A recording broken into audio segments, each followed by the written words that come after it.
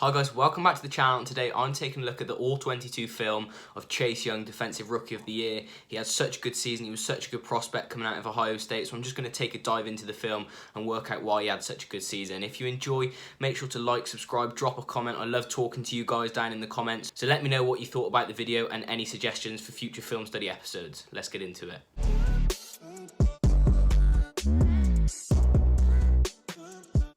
So first of all is to look at the sacks, and he had 7.5 on the year, and he's just got so many different weapons that he can use during his pass rush that means he gets home so often. And yes, 7.5 sacks on the year isn't a huge amount compared to some of the guys in the league like Aaron Donald, like TJ Watt, but for a rookie to come in.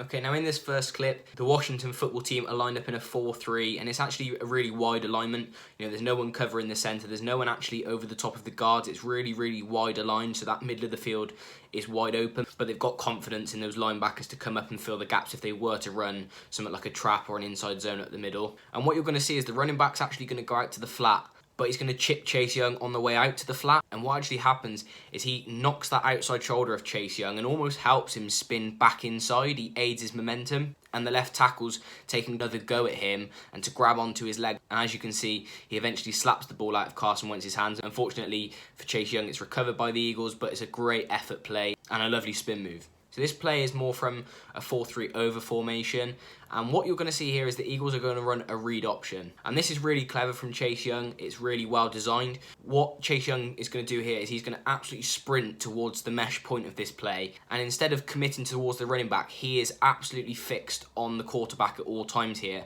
What you sometimes see when you've got a quarterback who's capable of read options and plenty of read options in their playbook is that you'll see the defensive end crash in to take the run, and then one of these linebackers will scrape around the outside in case the quarterback does keep it. But in this case, the Washington football team keep those linebackers right in the middle of the play, so if the running back was to take the ball, they could climb up and stop it at the line of scrimmage, and Chase Young is just on quarterback responsibility on this play. Obviously, he would try and stop the running back if he did take the ball, but his number one responsibility is the quarterback on this play. And you can see it's really well designed because the quarterback thinks that Chase Young's running so fast that he must be trying to, bend the edge and try and get to the running back, so he keeps the ball, and then Chase Young just slight change of direction and just carries on running straight at him. Massive sack. Okay, so now in this play we've got another over front, but this time Chase Young is actually playing as a stand-up defensive end, and I really roles they gave the quarterbacks different looks every time. So sometimes he would start on the ground and drop back into sort of a hook curl zone. Sometimes he would stand up like here and then bend the edge really, really nicely. He's so versatile, he's such a good athlete, which is something I'll touch on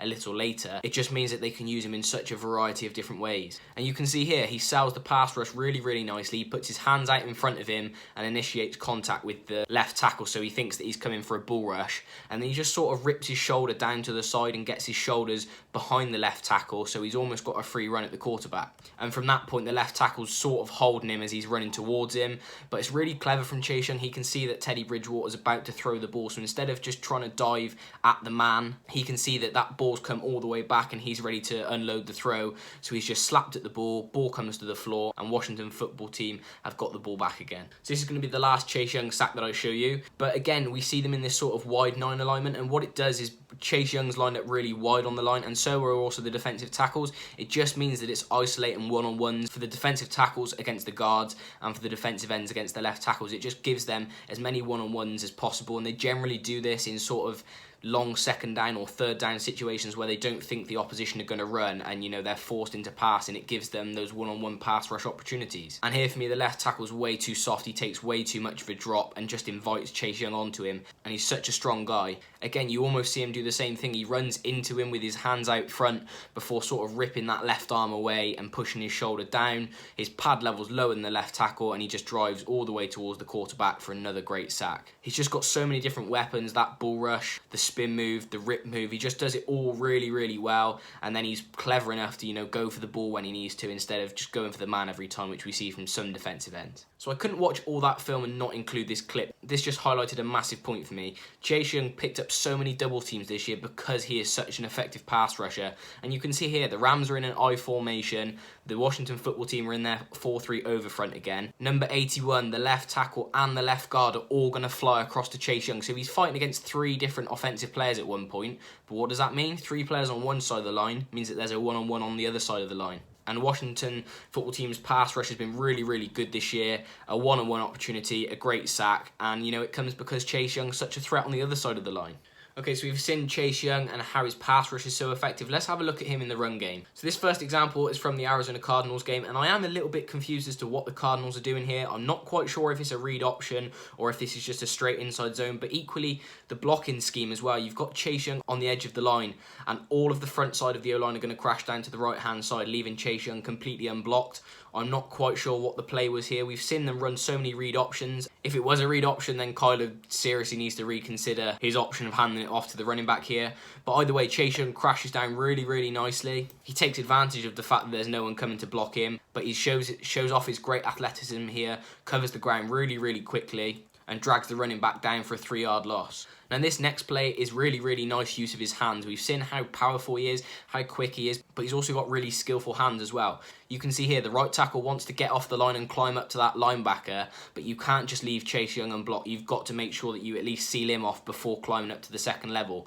And you can see Chase Young gets a good grip on him with both hands around the shoulder pads. He just sort of uses him as a lever and puts himself into the backfield. And the running back's barely taken 1 or 2 steps and he's already got Chase Young in his face making the tackle. It's a great shed and just shows that he's really capable of using his hands as well as that athleticism to go with it. So this play is actually from 4-3 under, which, I haven't shown you any other clips of that so far in this video. They've mostly played out of wide 9 and the over front. They know exactly what they want to do here. This is really, really well drawn up. So the 3-tech defensive tackle is going to try and penetrate that B gap. He's going to go straight between the left guard and the left tackle. And then Chase Young's just going to scrape inside and try and target that A gap where the left guard's moved from. And it's really good. The defensive tackle gets nice push. The left guard, arguably over pursues a little bit. It's really clever because they also send a linebacker simultaneously at the center. So you've got the center occupied, you've got the left guard occupied and brought over to his side, which opens up that A gap massively. Chase Young flies through it and wraps up for a really, really nice open field tackle again. It's well schemed up run defense, but it's great athletic plays by Chase Young to get into those positions still and make the plays. And now, just while I'm talking, I'm going to roll the clip of the fumble return for Chase Young. That really highlights his athleticism for me. That ball is on the ground almost at the 50-yard line. He picks that ball up, runs it all the way back, and yeah, he's got some blockers in front of him, but that athleticism to pick it up, he's got it in one hand. It is virtually polished. He's got multiple weapons. That's what makes him so effective. He's got that bull rush. He's got the swim move. He's got the spin move. And, he's got simple block sheds with his hand on the line. He really can do it all. And that's what makes him so elite. You've also seen why maybe his numbers aren't as high as they could be because of the double teams, the triple teams that he faces. But overall, I'm really excited by the prospect of Chase Young. I think he's going to take a massive leap in his second year again. And I can't see any reason why Chase Young cannot be challenging next year along with all the other defensive ends who have been in the league for many years. So thanks to making it to this stage of the video. If you did enjoy, make sure to like, subscribe, turn those notifications on so you never miss a video, and drop me a comment if you like the video, who you want to see on the next episode. I'll see you in the next one.